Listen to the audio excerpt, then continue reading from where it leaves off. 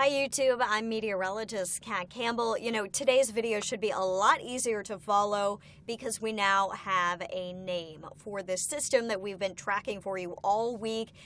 Coastal low to tropical or subtropical low.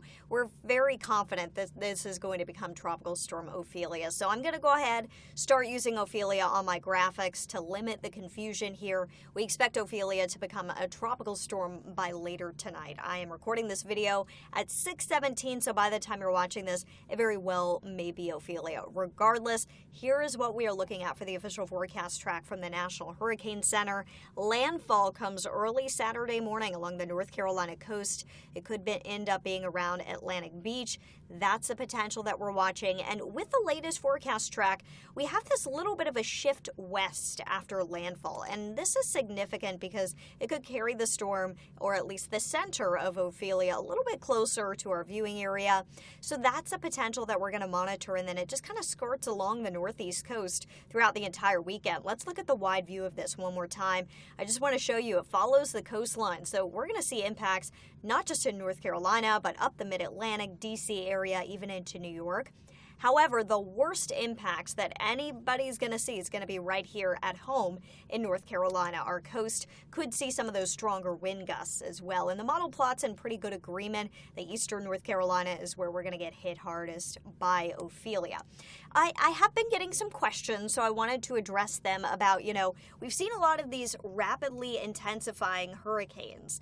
Could that happen here? Could we see it become a hurricane along the North Carolina coast? Well, we'll never say never.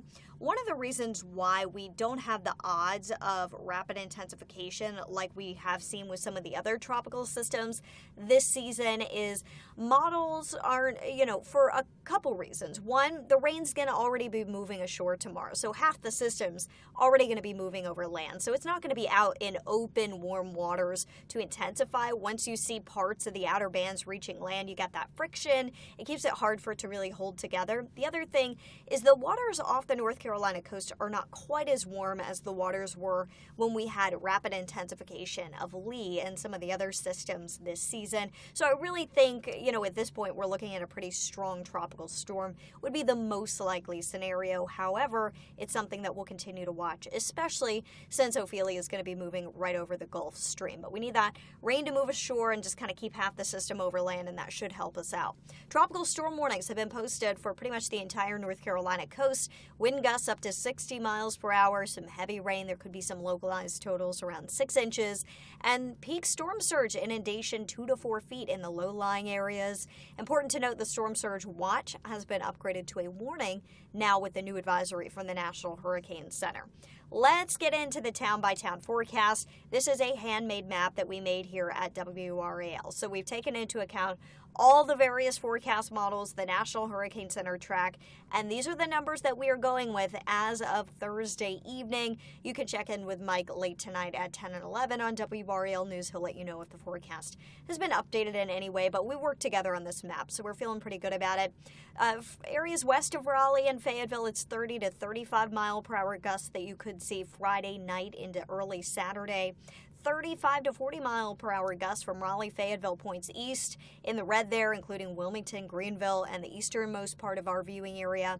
We're looking at 40 to 50 mile per hour gusts and 50 to 60 mile an hour gusts at the coast. The Outer Banks, because of the way you just don't have a lot of friction coming in off the water, we could easily see some gusts over 60 miles per hour at the Outer Banks. So I think it's going to be a pretty rough weekend to be along the Outer Banks, especially with some of the storm surge. In terms of power outages, through Friday at noon, I think it's pretty unlikely we would have anything. But once we get to Saturday, and we've been dealing with the winds for a while, we could see sustained winds around 20 miles per hour. We are looking at the potential for some isolated power outages, and they could be more scattered or more widespread for the Outer Banks. So just keep that in mind if you do have any weekend travel plans. Full disclosure, I was going to be in Beaufort this weekend, and I canceled my weekend plans in Beaufort. Part of the reason, of course, I had to work, but got called in to work tomorrow. But, it's just not going to be a good weekend if you can cancel the reservation. However, Sunday we'll see improvement. So just keep that in mind as you weigh your options. Forecast rainfall, less than half an inch in western North Carolina, Greensboro, Triad, Sandhills, half an inch to an inch. That includes Chatham County, Roxborough. It's closer to 1 to perhaps 2 inches for Raleigh and Fayetteville. I think Raleigh's really going to be in that half an inch to 1.5 inch zone, kind of right in between, and 2 to 3 inches northeast of the triangle.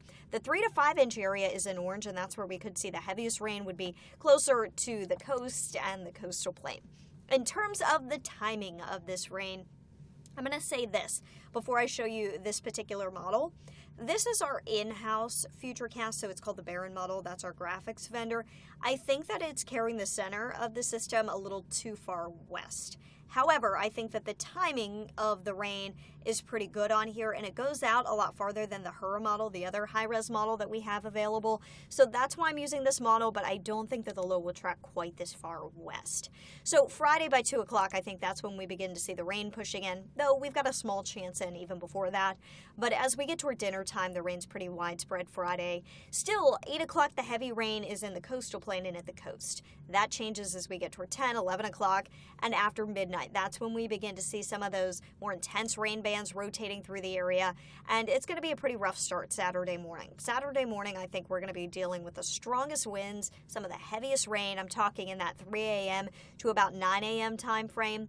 We'll have the winds whipping, heavy rain coming down. If you can stay home early in the day Saturday, not a bad idea to do so. And through the afternoon, we'll have that chance of rain, but some improvements by Saturday evening and into Sunday. Wind gust forecast, if we look at it hour by hour, it's really Friday night that we see the winds ramping up. So for, schools purposes, I think that they're going to end up being okay. It's really going to be later Friday that we see the worst of the winds. The severe weather risk tomorrow, isolated tornadoes would be possible tomorrow night at the coast. We're under that level 1 threat for severe weather, and this is really for tomorrow night into Saturday morning. I'll show you what the HUR has for rotating thunderstorm potential.